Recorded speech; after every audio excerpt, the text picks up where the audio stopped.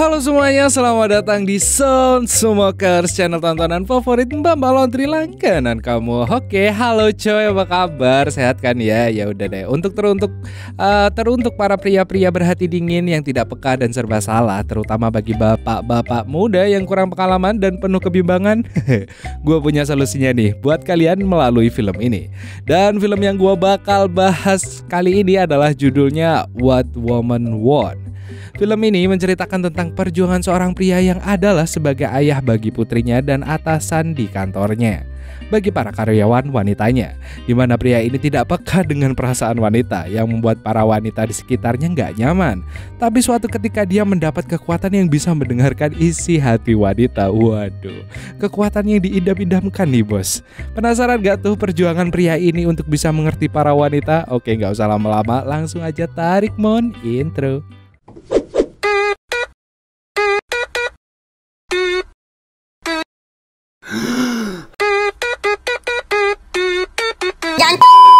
Di awal film kita diperlihatkan seorang pria yang bernama Nick. Dia bekerja sebagai eksekutif perusahaan pengiklanan di kota Chicago.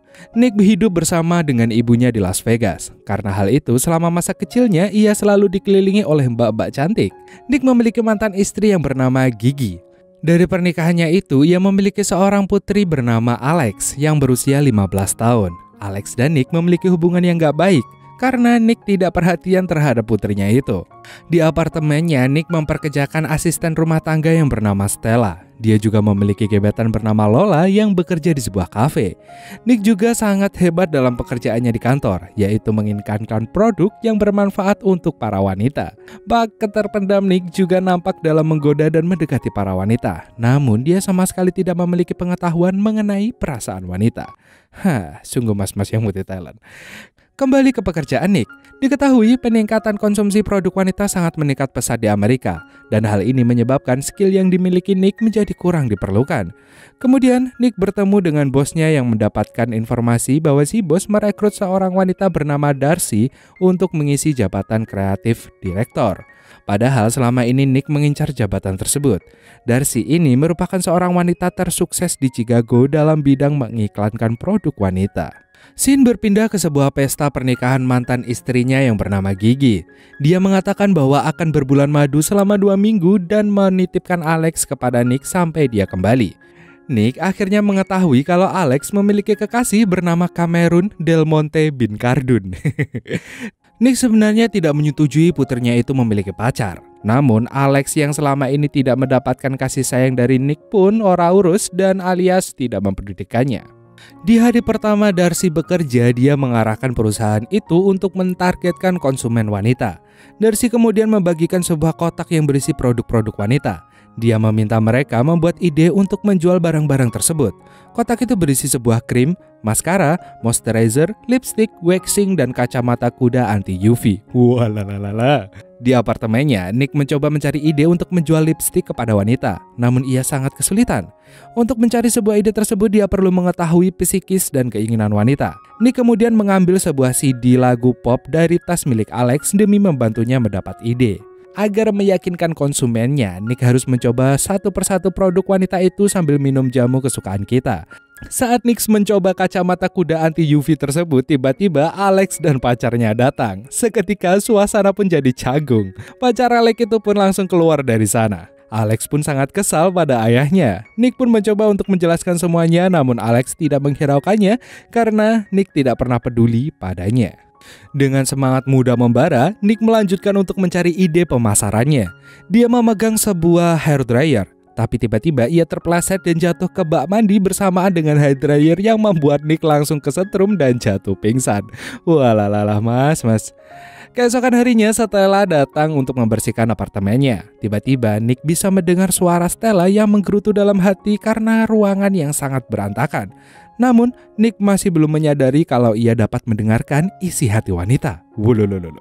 Ketika Nick dalam perjalanan menuju kantor, dia bertemu dengan banyak wanita. Akhirnya dia menyadari bahwa dia dapat mendengarkan isi pikiran para wanita, termasuk isi pikiran anjing pudel betina. Walalalala. Kekuatan supernya bisa mendengar isi hati semua makhluk asal betina loh. Walah, memang.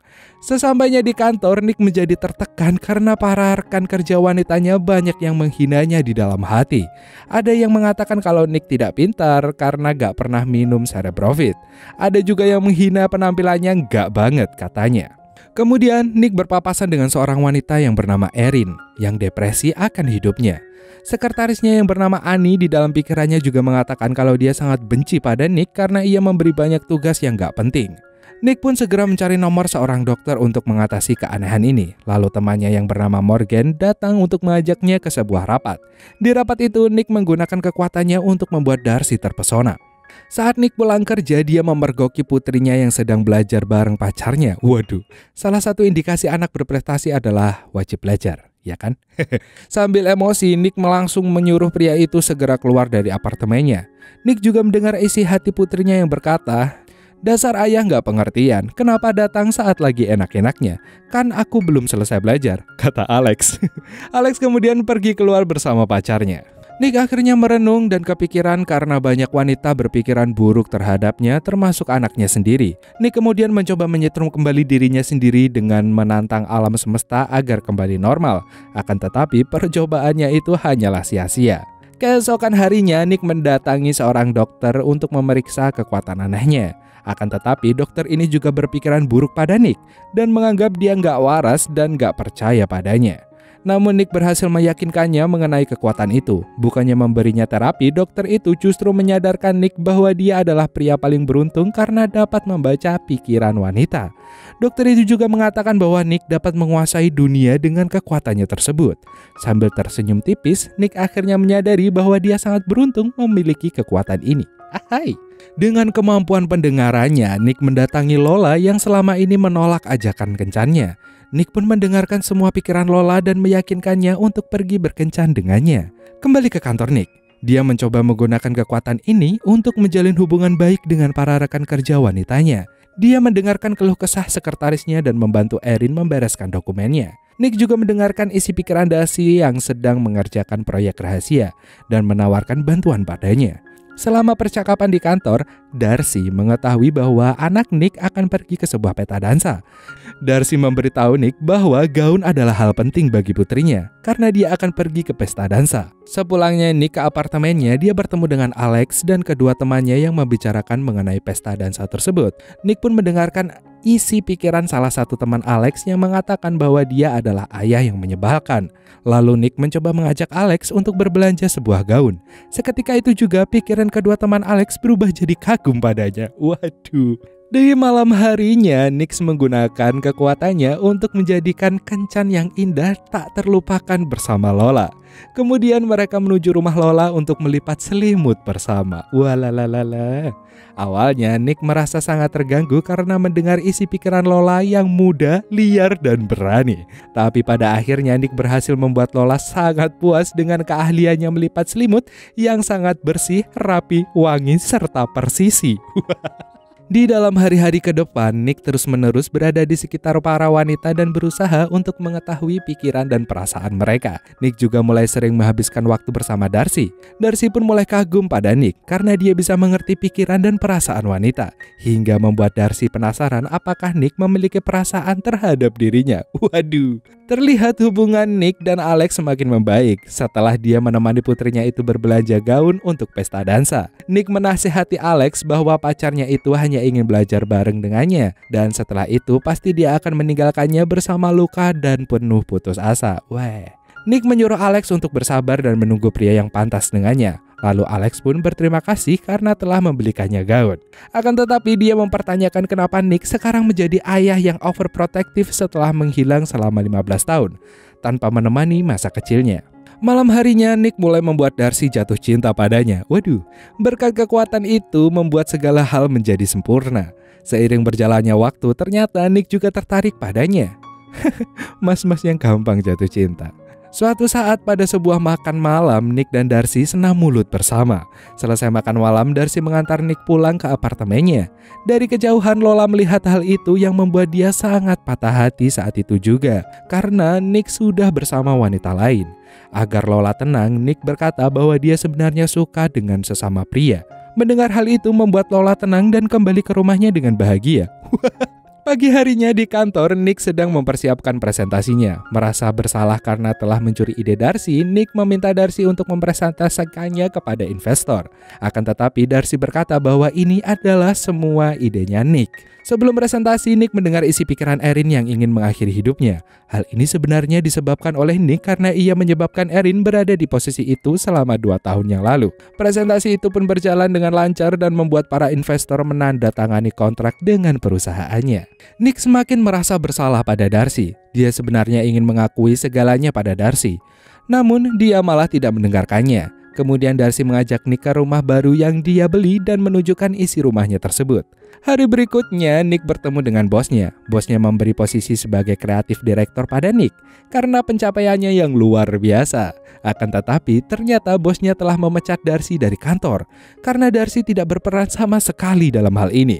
Mendengar hal ini membuat Nick semakin merasa bersalah. Lalu Nick mengatakan pada bosnya bahwa keberhasilan Nick adalah ide Darcy. Nick pun menyuruh bosnya untuk membatalkan pemecatannya Darcy. Kemudian Nick bergegas pergi menemui Darcy.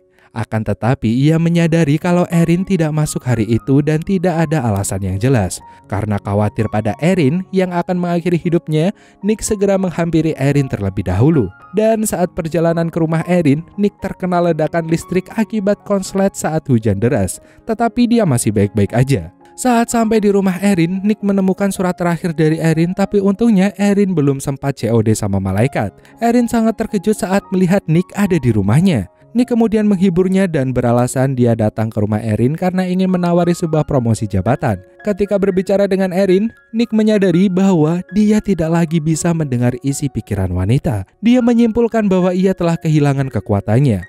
Dan melihat Erin sudah lebih baik, Nick kemudian pamit untuk pulang. Kemudian, Nick bergegas ke rumah Darcy. Namun, kondisi rumah terlihat sepi dan tak berpenghuni. Beberapa saat kemudian, Nick mendapat telepon dari Gigi yang khawatir karena mendapat telepon dari Alex yang terdengar menangis. Khawatir akan putrinya, Nick segera pergi ke pesta dansa untuk mencari putrinya. Nick akhirnya bertemu dengan Alex yang menangis di toilet. Alex kemudian menceritakan pada Nick bahwa pacarnya telah meninggalkannya karena dia berkata belum belajar bersama kapanpun dan dimanapun. Nick pun lalu mengatakan bahwa dia bangga pada keputusan Alex dan menasihatinya untuk tidak terlarut dalam kesedihan itu. Akhirnya Alex pun keluar dari toilet dan kembali ke apartemen bersama Nick. Sesampainya di apartemen, Nick menidurkan Alex di kasur dan menyelimutinya. Sungguh ayah yang sayang pada anaknya. Ayah. Kemudian Nick pergi ke rumah Darcy. Nick kemudian mengakui segala perbuatannya bahwa dia telah mencuri idenya. Karena Nick merasa posisi jabatan yang dia incar itu sangat berpotensi diperoleh oleh Darcy. Nick juga mengatakan bahwa Darcy tidak dipecat dari kantor. Dan di momen itu Nick mengakui bahwa ia jatuh cinta pada Darcy. Darcy pun kehabisan kata-kata dan menatapnya sambil berkaca-kaca. Saat itu ia bingung dan justru mengatakan bahwa dia ingin memecat Nick. Nick merasa bahwa dia layak mendapatkan hal itu karena semua perbuatan buruknya. Dengan penuh rasa sedih, Nick bergegas pergi dari rumah Darcy. Tak disangkanya, Darcy memanggilnya dan berkata bahwa dia memaafkan Nick. Cerita diakhiri dengan Nick dan Darcy yang berpelukan dengan bahagia, kemudian dilanjutkan dengan menanam saham bersama. Dan filmnya pun tamat. Oke, ending yang sangat kebapak-bapakan tapi membahagiakan. Yihui! Dari film ini ada pesan moral yang bisa kita ambil nih cuy. Jadi sebagai seorang pria, apalagi seorang ayah gitu kan, kita dituntut untuk peka terhadap perasaan wanita. Kita harus bisa mengetahui apa yang wanita inginkan tanpa mereka mengatakan sesuatu pada kita.